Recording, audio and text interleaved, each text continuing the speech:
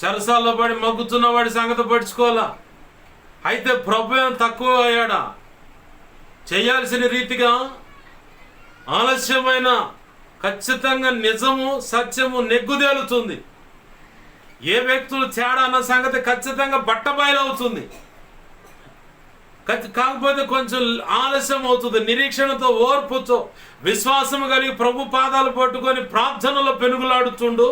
ఖచ్చితంగా ఒకరోజు సత్యమేంటో నిజమేంటో బట్టబయలవుతుంది. తేడా అయిన వ్యక్తులు ఎవరో సమాజానికి, సంఘానికి ఖచ్చితంగా చూపిస్తాడు నా దేవుడు. నా జీవితంలో అలాంటి ఎన్నో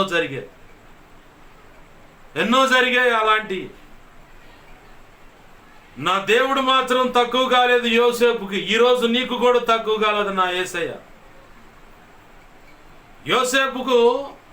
యోసేపుని ఎలా అయినా సరే అక్కడి నుంచి బయటికి తేవాలా. తన సమయం ఆసన్నమైంది, బయటికి తేవాలని చెప్పని ప్రభు రాజుకు 2 రకాల కళలు వచ్చేలాగా చేశాడు. రాజుకి 2 రకాల కళలు వచ్చేలాగా దేవుడే కార్యం చేశాడు అక్కడ. ప్రభునందు ప్రియమైన దేవుని బిడ్డలారా, గమనించండి.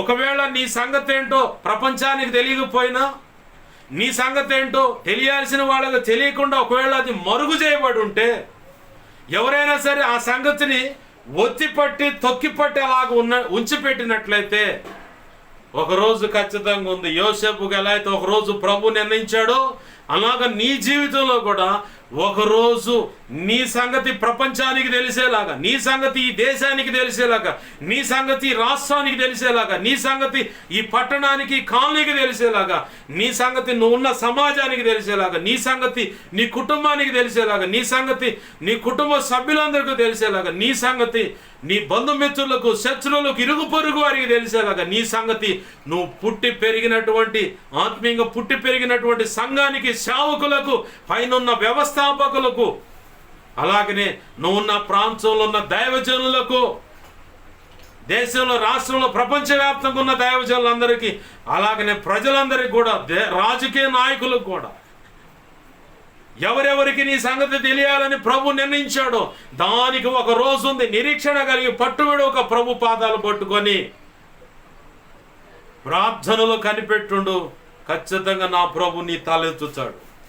అందరికీ నీ సంగతి, నీ గురించి తెలియపరుస్తాడు. అప్పుడు నా ప్రభు అనుకున్నది నీ జీవితంలో నెరవేర్చబడుతుంది. అప్పుడు ప్రపంచమంతా నీ వైపు చూస్తూ నివ్వెరపోయి నిన్ను బట్టి ప్రభువును మహింపరుస్తారు. దేవునికి మహిమ కలుగును గాక.